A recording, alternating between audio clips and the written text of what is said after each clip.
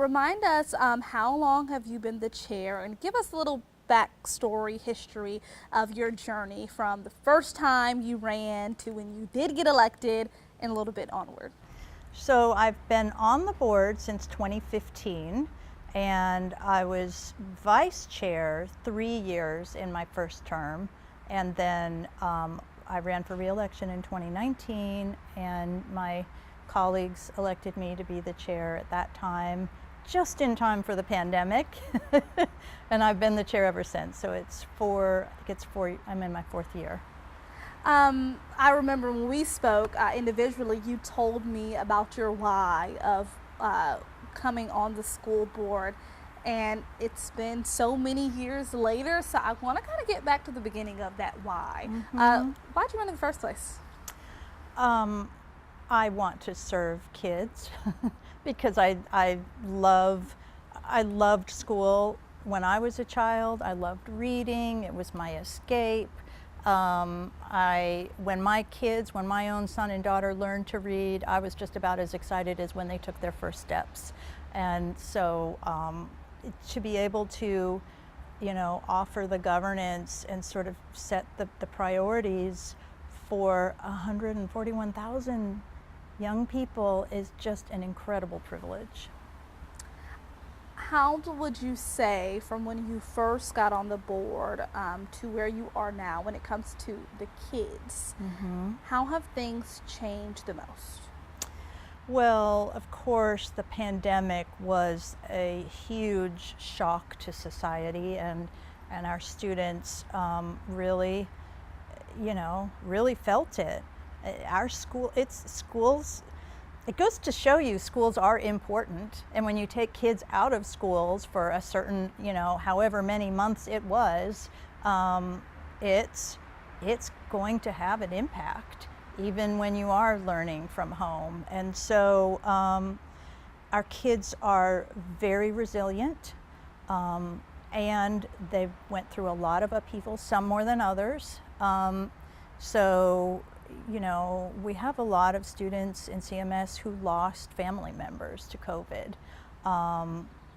And that, I can't ever forget to think about that.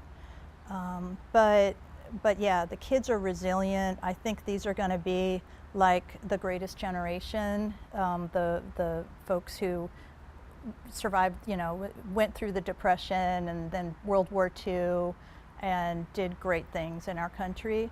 I see that in the current generation of students.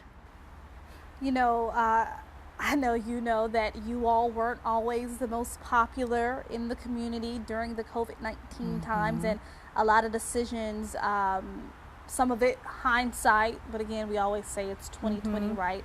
And so I wonder, what kind of impact did what you all went through as a board and being the public face of so many people at a certain time, what did it do for you and your mental health? It definitely, it was like being in a fire when, like a new metal emerges from the fire. We definitely had to toughen up, and it was challenging because the stakes were so high, and anxiety for our constituents, whether it's parents or teachers and staff, anxiety was through the roof. The guidance from the public health professionals kept shifting and even sometimes contradicting what we were told, just a few days before. And so it was tough to kind of take all that in and stay steady and keep serving students as best we could, kind of tune out the noise while also listening with empathy, but not taking anything personally. It was tough. And then we had, of course it was clear in the public meetings and I think on the news, we heard from a lot of the families who were having so much anxiety and concern about their kids learning from home and wanting to get them back into the schoolhouse and pushing for saying it's safe now, we should go now. We had just as many families, if not more, who had a very different experience of the pandemic because of living in multi-generational households, because of having no or very limited access to health care. So for those families, exposure to COVID would be catastrophic, and those families said, please, please, please don't open too soon. Even when we did open, it was hard to get a lot of students back. It was hard to get families to trust that it really is safe. So that was a lot to navigate through, and I think when you notice the districts that opened up faster versus the districts that took more time to open, it was a lot about who their constituents were. And so the more affluent suburban districts were more likely to open fast, and the affluent suburban parts of our district were ready for that before the others. Would you categorize that time during COVID-19 as some of the most challenging that you've ever had on the board through your whole career? And I hope we never top it. I hope it stays the most challenging. I would not wish it on anybody. But there was a very valuable lesson that I learned from it, which is when so much was out of our control, I realized we need to focus on what is in our control, like kind of discern what that is, and whatever that is, do it to the very best of our ability.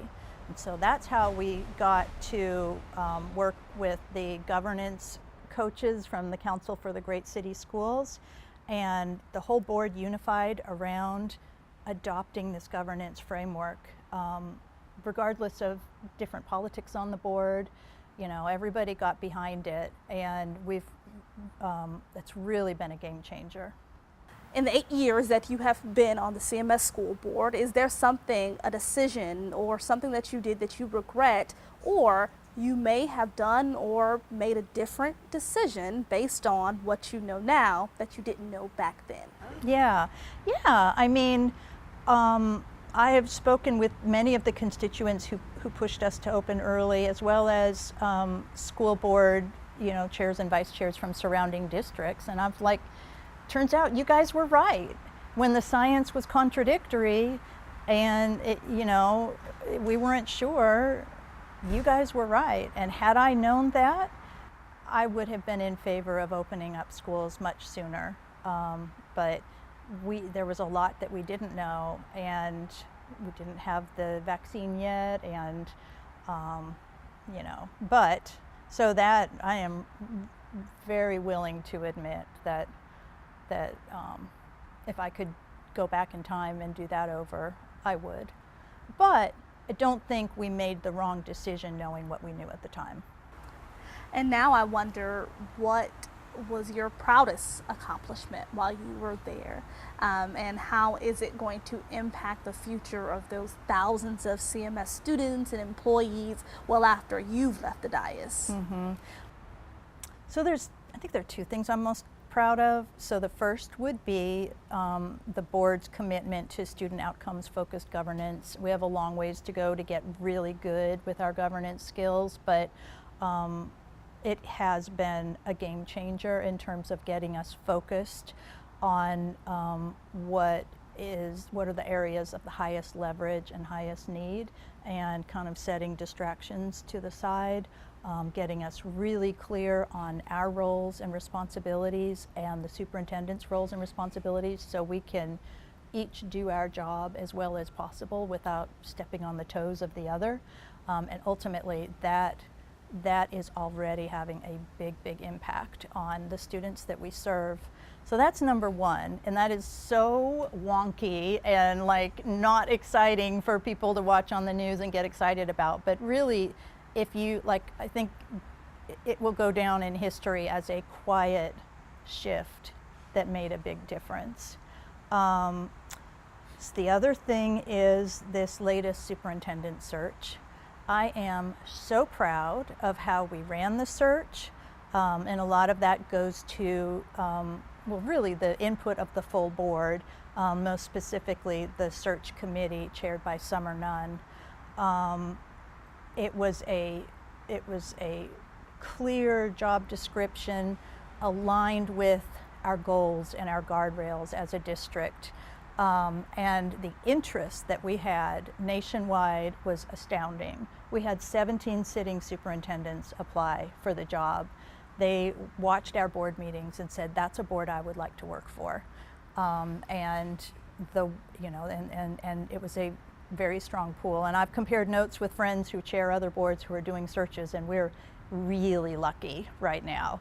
And so Crystal Hill out of the final pool was the best match for CMS, and I'm very proud that we hired her. And I think she is set up to perform very strongly, and to I think you're going to see our student test scores climb and our achievement gaps narrow, as long as the board continues to support her and hold her accountable to clear expectations, which I think they will do.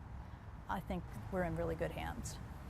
And I'm happy you mentioned student achievement, student goals, and even the kind of governance you all do. A lot of times, with that model, it's put you all in a bad light, if we're being honest, with what the scores are. But I wonder, being put in that situation where you have to say on the dais, we are not reaching this goal. These students are not being met or not being reached. They're failing this. Was that a good thing for you all? It is a good thing. It's very painful to go through, especially if you are a perfectionist and you want everything that you show the public to be polished and perfect. But that sort of humility and vulnerability is absolutely essential to changing student outcomes. And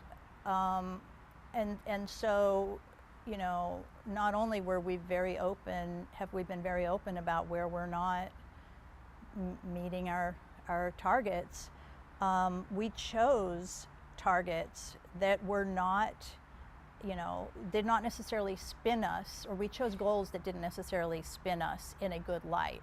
I mean, we could cherry pick some data and show some incredible strength in CMS, but we went to staff and we said, where is the greatest need? Where are we struggling the most? Where do we have the most work to do? And that's what we decided to focus on. So it's been kind of a downer to spend so much time on these, the areas where we have the most work to do, but I think that's where you've got to put the most attention. What do you think, I wonder this, has there been a narrative or a critique or an outlook that has been put on you that you'd like to address that you may think have not been fair or fair game? And I wonder why, because again, when I look at social media, when I look at different things, as the board chair, you are that face of the school board. So for its greatness or its failures, people think of you first. So I wonder, do you have anything to say about that you'd like to talk about? I think that we've been working really hard to kind of educate the community what our role is versus what the superintendent's role is, but there's still a lot of people who think, when they read a student got suspended who is arguing they shouldn't have gotten suspended, they think I'm the one that suspended the student, and so that's probably the hardest, is when people are holding the school board responsible for the nitty-gritty part of the work that is not ours to do, and in fact would be very problematic if we were the ones doing that work. And so much of our work is, we've got these really strict confidentiality laws that we have to abide by, whether it's student privacy or employee privacy. And often those are the stories that we get asked about. And so it is like nails on a chalkboard to me to have to say, I can't comment on that. And I just so badly, you know, I'm a very open and transparent person, and yet I also swore an oath to uphold the law, and I can't be, you know, putting our district in jeopardy by revealing confidential or commenting on confidential information. So that has probably been, even more so than the pandemic, that aspect of the work has been the hardest for me. And I know you didn't spell it out right, but I think I can assume that you're speaking about some of the questions that was asked of CMS and its leadership dealing with sexual assault allegations for some students, for some schools. Mm-hmm. How has that been? And I wonder, do you feel like you all responded as a board within your authority in being able to respond to these things? Because I think the argument is the buck stops with you, right? Because you're the elected official. You can tell me differently, but I do think, you know, obviously it is a responsibility of the school board to at least know and be able to give guidance down to the folks who can make the change, that things need to change, because the superintendent who runs the district is in part accountable to you. You hire, you fire, right? So what would be your response to that? Yeah, a lot of that really is in the domain of the superintendent, and we're very careful not to cross over into that territory. And I will say, you know, I am a woman, and I have had my own sexual harassment and experiences and more. I am a mother of a daughter. I have a sister.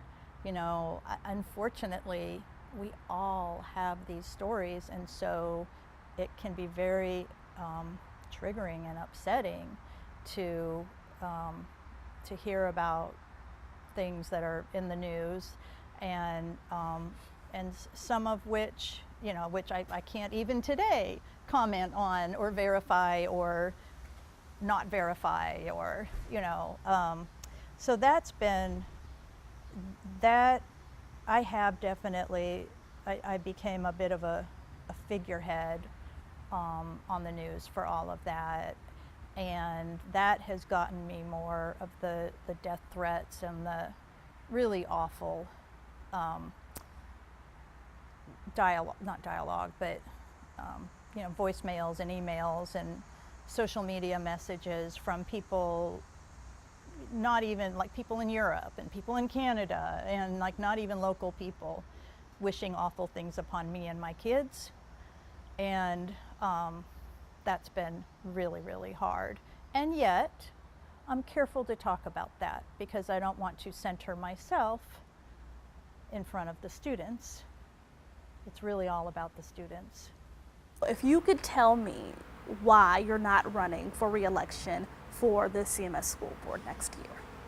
I have poured myself into this work, and I have a couple of friends who are pastors who pour they pour themselves into their service too. And they have told me how replenishing it is to go on a sabbatical. Like, a lot of faith leaders have that tradition. And so that sort of inspired me to think about, you know, I think I can serve better in the long term if I step away and take a sabbatical and just take care of myself. So that's what I'm doing. I don't think I would be stepping away if I wasn't confident in the current governance team of the board and the superintendent, with the student outcomes focused framework that they've got, student outcomes focused governance framework, and with the tools that they have at their disposal, with the things that they have already learned in a very intense 6 months. And so I am very much at peace with the timing of this decision, and I will continue to advocate for our public schools because they are the bedrock of our democracy. And they're under a lot of strain right now. And I will continue to advocate for students. It'll probably be in a different way, and I just need to let the dust settle a little bit in order to discern the best next steps.